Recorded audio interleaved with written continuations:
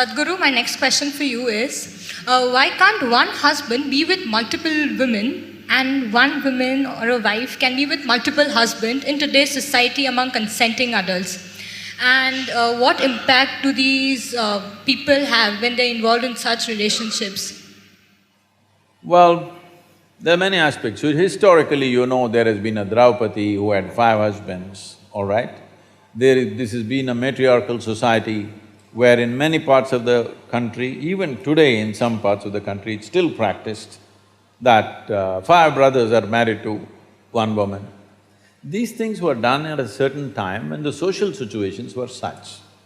Or men were married to many more, more than 1 woman. This was mainly because men died more often than women. Today, both men and women are outside, both may get killed, that's different. But at that time, largely women stayed home because she was continuously pregnant. From the age of 14 to 45, 50, she's almost all the time either she's pregnant or she has a young child. This is how life used to be. So because of that, she stayed home and she took care of the property and the agriculture and stuff. Man went out to do business or for war or something else, he went out. So men always died more often. So generally, in most societies in the past, the number of men was much less than the number of women, always. This has been the state all across the world. So naturally, when so many women were there, they needed care and they needed support in the society, and those days a woman could not exist by herself. Unless she's protected by a male partner, it would be very difficult for her to exist by herself because she would be exploited in so many different ways. So always they attached themselves. So naturally a man ended up having 2, 3 women because the population ratio was like that. But now largely it's leveled out. If some individual does it, it's not an issue, but if that becomes a social norm, then how do you decide somebody has whatever, multiple wives, and how do you decide somebody has no wife? This will become a social, collision, it'll become lot of problems in the society because we may act civilized. I'm very particular, I'm very clear about saying we act civilized, but when we are denied basic things that we need, all our civilization evaporates and we will behave like animals. Yes or no? So, when fundamentals are denied, people will go flashing. So that's not going to work in today's world. And above all, the women's condition will become very bad. Those days there was no dearth. If you had land, it was okay. You had 5 wives, it doesn't matter. You had 25 acres, it was good enough, everybody ate well and that's about it. But today our requirements are not just about eating, it's about many things. So that kind of thing will lead to lot of complicated situations in the society. It's better to stick one-on-one and anyway, forever people have been doing their own things beyond the legal relationships.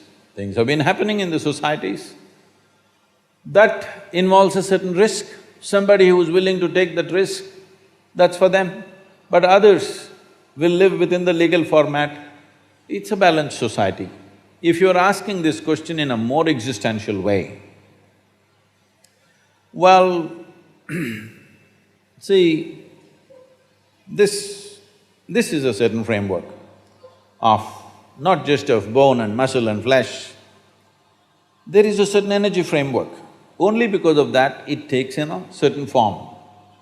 See, if you eat mangoes every day, and let's say a cow eats mangoes every day, at some point will you or the cow get confused whether you are a cow or a human being? Or will the cow get confused?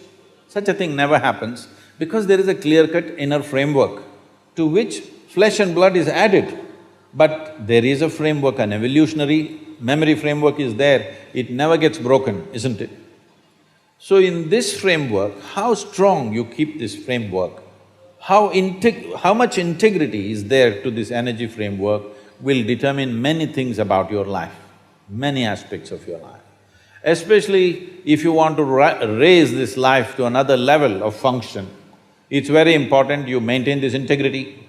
This is why, irrespective of which religion, which spiritual process, if people want to raise themselves to a certain point, first thing they will talk about is becoming monks or brahmacharis or sannyasis, because the idea is to create such a level of integrity that this is a whole life by itself, that it doesn't lean on anything else for support, either for physical well-being or emotional well-being or psychological companionship. It doesn't lean on anything, it stands by itself because you want to take it somewhere else. If you want normal function, these things are not necessary. Now you want to become a rocket which breaks through a certain dimension of space.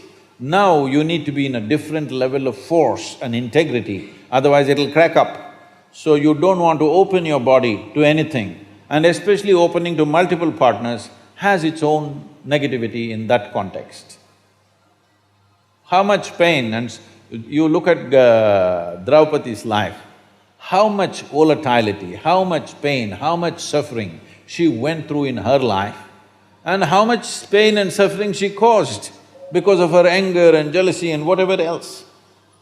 So, these things happen for variety of reasons. You can't blame everything on that one aspect, but that aspect also has a say in these aspects, because you're opening up your memory body, your energetic body, which is essentially ruled by memory, to variety of memories. This will cause a whole lot of turmoil within the system, which could affect that life and many other lives. So Draupadi's life is in a way a sample for that. It's not an absolute. This is not an absolute, but this has an influence. Thank you, Sadhguru.